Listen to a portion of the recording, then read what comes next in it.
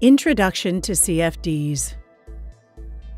In this video, you will learn: what are CFDs, types of CFDs, advantages of CFDs, disadvantages of CFDs, and see some examples of CFDs.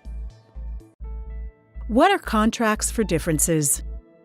Contracts for differences, also known as CFDs, are financial derivatives that allow investors to participate in the movement of asset prices without full ownership of the asset. CFDs are over-the-counter financial derivatives that are traded through a dealer network and not through a formal exchange. CFDs simulate the value of the underlying asset, which can be a currency, a share, a stock market index, or a commodity. For example, when you buy one CFD of Microsoft, it is like buying one share of Microsoft, with the only difference that you don't own the share. All profit and loss is paid in cash and is determined by the difference between the purchase price and the selling price of the CFD. Let's compare XYZ share to XYZ's share CFD. Starting with the XYZ share, we bought on the 17th of November 1,000 shares of XYZ at $10. The value of our position is 10 times 1,000, which equals $10,000. On the same day, we closed the trade at $11. The value of the position became 11 times 1,000, which equals $11,000. Total profit for the trade, $1,000. Now let's look at what happens when we trade the XYZ's share CFD. Again, we buy on the 17th of November 1,000 CFDs of XYZ at $10. The value of our position is 10 times 1,000, which equals $10,000. On the same day, we closed the trade at $11. The value of the position became 11 times 1,000, which equals $11,000. Total profit for the trade, also $1,000. In other words, there is no difference between buying the share and its CFD. Contracts for differences exist for currencies like Euro US dollar, British pound US dollar, and US dollar Japanese yen, cryptocurrencies like Bitcoin and Ethereum, indices like US 500, DAX, and JP 225, equities like Microsoft, Apple, and Alibaba, commodities like gold, oil, silver, and sugar. Trading CFDs has several advantages. Investors can trade both long and short positions, thus profiting from both rising and falling markets. Investors can trade using leverage, which can increase profits but also the risk. CFD trading allows for fast execution and low transaction costs. Small contract sizes allow investors to buy portions of the underlying asset. For example, light sweet oil futures have a minimum contract size of 1,000 barrels. Its CFD starts from 25.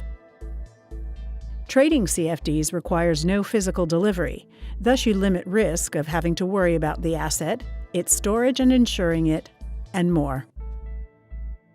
Trading CFDs also has its disadvantages. CFD owners, for example, have no voting rights since they don't own the asset or stock. CFD positions cannot be transferred to a different CFD provider or broker. Trading with high leverage increases risk. This means that potential profits are magnified, but it is also important to remember that losses are also magnified. Ease of access and low capital requirements can lead to overtrading. Swaps are charged. Comparing Apple share and Apple CFD. Starting with the Apple share. We bought on the 27th of November 10 Apple shares at the New York Stock Exchange at $160. The value of our position equals 10 times 160 equals $1,600. With a minimum commission rate of $15 per transaction, we would be charged $15. Other fees equal $5.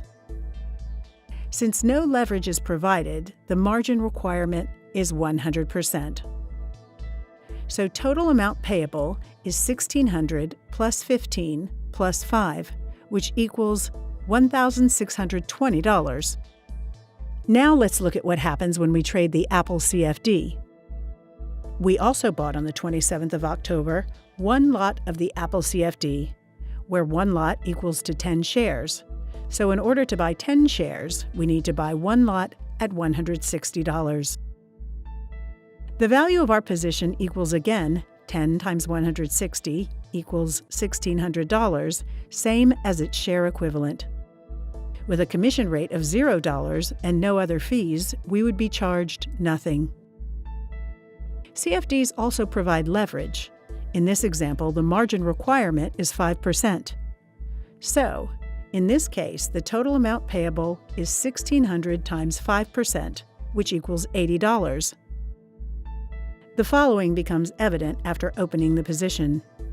Trading the Apple CFD requires less margin, meaning less money in your account for the same transaction.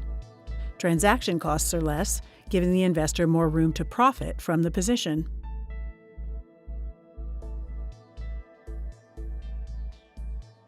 Let's see what happens when we close the position after 5 days on the 3rd of November, 2017.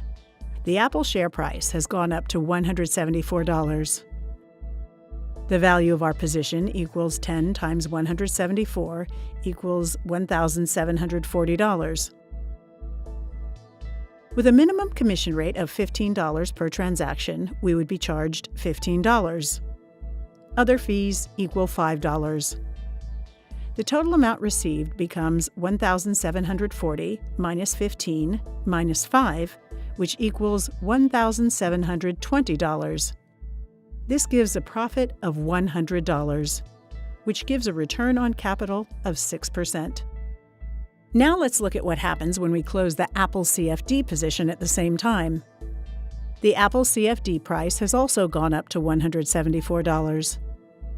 The value of our position equals now to 10 times 174 equals $1,740.